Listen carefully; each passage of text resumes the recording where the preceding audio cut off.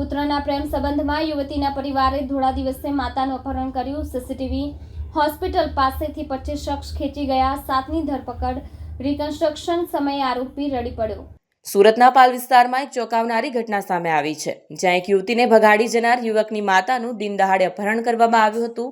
આ ઘટનાના live CCTV footage પણ સામે આવ્યા છે, જેમાં કેર એન્ડ ક્યોર હોસ્પિટલમાં નર્સ તરીકે કાર્યરત મહિલાનું તેના કાર્યસ્થળથી જ 25 જેટલા શખ્સની ટોળકીએ બળજબરીપૂર્વક અપહરણ કર્યું હતું, જેમાં નર્સને માર મારી ગંભીર ઇજાઓ પહોંચાડવામાં આવી હતી. હાલ નર્સ ગંભીર હાલતમાં આઈસીયુમાં સારવાર હેઠળ છે. પાલ પોલીસે તાત્કાલિક કાર્યવાહી કરીને 7 આરોપીઓની ધરપકડ કરી છે. પકડાયેલા આરોપીઓનું પોલીસે રિકન્સ્ટ્રક્શન પણ કર્યું હતું, જેમાં એક આરોપી રડી પડ્યો હોવાનું પણ સામે આવ્યું છે.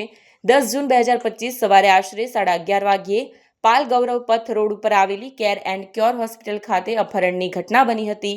સુમિત્રા રાયાણી, જે આ હોસ્પિટલમાં નર્સ તરીકે ફરજ બજાવે છે, તેમનું અંદાજે 25 જેટલા પુરુષો અને મહિલાઓની ટોળકી દ્વારા બળજબરીપૂર્વક અપહરણ કરવામાં આવ્યું. સીસીટીવી ફૂટેજમાં દેખાય છે કે આ ટોળકીએ હોસ્પિટલ પરિસરમાં ધસી આવી તેમણે સુમિત્રા રાયાણીને ધક્કામુક્કી કરીને શારીરિક હુમલો કરીને બળજબરીપૂર્વક એક કારમાં બેસાડી દીધા અને રાંદેર તરફ લઈ ગયા હતા. રાંદેર પહોંચ્યા બાદ જાહેરમાં સુમિત્રા રાયાણીને ખૂબ જ મારવામાં આવ્યો હતો. આ ઉપરાંત તેમના ગુપ્ત ભાગે પણ ગંભીર ઇજાઓ પહોંચાડવામાં આવી હોવાના આક્ષેપ છે.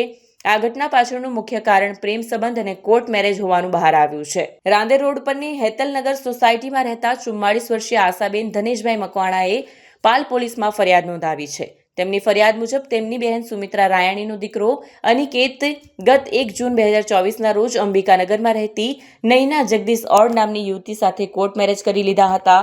ત્યારબાદ ગત 28 મે 2025ના રોજ અનિકેત અને નૈના રાંદેર પોલીસ સ્ટેશનમાં હાજર થયા હતા અને સાથે રહેવા માટે નિવેદનો નોંધાવ્યા હતા.